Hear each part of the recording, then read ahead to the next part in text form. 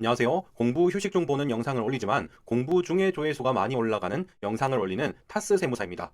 세무사 시험을 겪어보신 분들은 많이 공감하실 텐데요. 갑자기 시험 당일에 엄청 당황스럽게 문제가 출제되어서 원래라면 풀 수 있는 문제도 못 풀고 불합격하는 경우가 있습니다. 그래서 이번 영상에는 출제위원들이 실력 있는 세무사 1차 수험생을 불합격시키는 방법을 정리해 봤습니다. 아마 이 영상을 보시고 갑자기 극대노 하시면서 실수도 실력이다. 불합격했는데 무슨 실력 있는 수험생이냐? 빽! 이렇게 말씀하실 수도 있는데요. 그 말도 일리는 있는데 그냥 맥락상 당황하지 않으면 합격할 정도의 수험생 정도로 이해해 주시면 감사하겠습니다. 첫 번째 과목으로 재무회계와 원가관리회계입니다. 두 과목을 합쳐서 회계학으로 시험 보니까 이렇게 정리를 했습니다. 일단 수험생 멘탈이 터지게 되는 사례부터 정리하고 해결책을 마지막 부분에 말씀드리겠습니다. 첫 번째 사례는 원가관리부터 풀려고 했는데 원가관리를 어렵게 출제하는 경우입니다. 이렇게 되면 억지로 원가관리를 풀려고 하다가 시간은 다 쓰고 결과적으로 꽈락을 당하는 경우가 많습니다. 두 번째 사례는 1번부터 10번까지 연속으로 못 푸는 문제만 배치하는 겁니다. 결과적으로 합격하려면 1번부터 10번까지 연속으로 스킵을 하고 뒷부분을 풀어야 합격할 수 있지만 실제로 이런 경우도 가능하다는 걸 모르면 현장에서 못 참고 못 푸는 문제에 매달리다가 시간을 날리게 됩니다. 세 번째 사례로 중급 상은 어려운 문제만 출제하고 중급 하에서는 쉬운 문제만 출제하는 경우입니다. 시험장 들어가기 전에 중급 상만 풀겠다고 마음먹었다가 제대로 당황하는 경우가 많습니다. 네 번째 사례로 풀 수는 있는데 오래 걸리는 문제만 출제하는 경우입니다.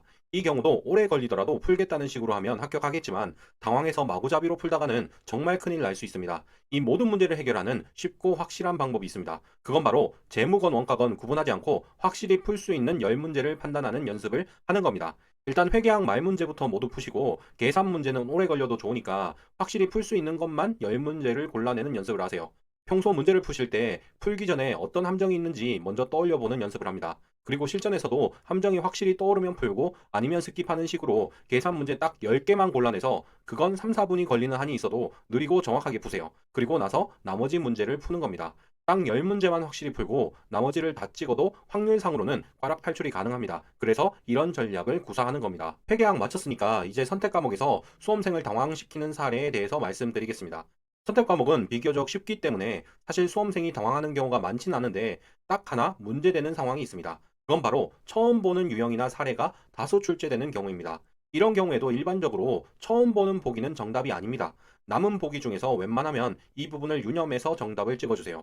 그리고 선택 과목은 30분 내에 끝내야 한다는 걸 꼭 유념하셔야 합니다. 선택 과목이 빨리 끝나야 회계학에서 문제 풀 시간이 늘어납니다. 오답인 보기 몇 개를 걸러내도 도저히 모르겠으면 남은 것 중에 찍는 것도 연습하세요. 저 같은 경우엔 남은 2개 보기 중에 도저히 모르겠으면 그냥 뒷번호 찍는 걸로 미리 정해두고 시험장을 들어갔습니다. 안 그러면 너무 오래 고민하고 지체하게 되니까요. 이제 재정학에 대해서도 이야기해 보겠습니다.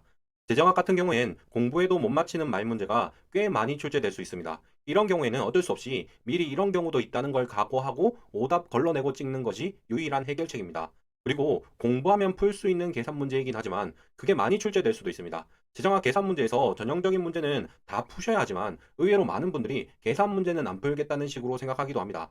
하지만 가급적이면 재정학 계산 문제도 난이도 중의 유형 정도는 꼭 외워서라도 푸는 것을 권장합니다. 안 그러면 평락 위험이 너무 높아져요. 공부해도 못 푸는 계산 문제가 나오기도 합니다. 문제를 딱 보고 어떻게 접근해야 할지 잘 모르겠으면 그냥 과감하게 찍으셔야 합니다. 이걸 어떻게든 해결하려고 하다가 시간 많이 쓰시면 진짜 큰일 납니다. 풀 수는 있는데 오래 걸리는 계산 문제가 가끔이긴 하지만 나오기도 하는데요. 사실 이건 웬만하면 푸는 게 좋습니다. 그리고 재정학에서 마킹 포함해서 최대 40분만 투자하세요. 다 못 푸셨어도 계속 시간 쓰다가는 세법까지 꽈락 나오게 되니까요. 세법에서 수험생 멘탈이 터지게 되는 대표적인 사례도 소개하겠습니다. 첫 번째는 계산 문제를 어렵게 출제하는 경우입니다.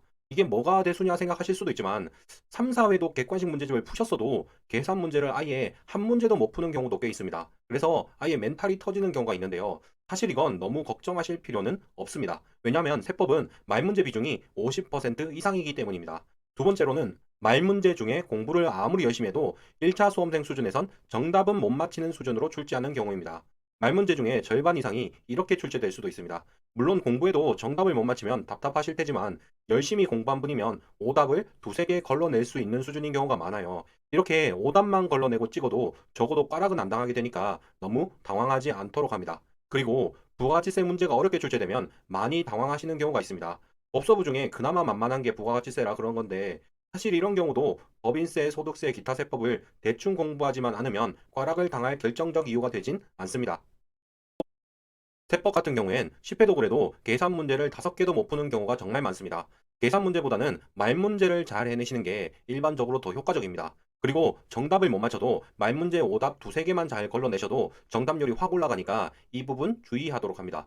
그리고 정말 많은 분들이 국기법, 국징법, 국조법, 조처법이 무료 강의로 제공되니까 대수롭지 않게 생각하시는데요. 여기에서만 12문제 정도 나옵니다. 심지어 말 문제 위주로 출제되는데 이걸 통째로 버리면 어마어마하게 타격이 큽니다.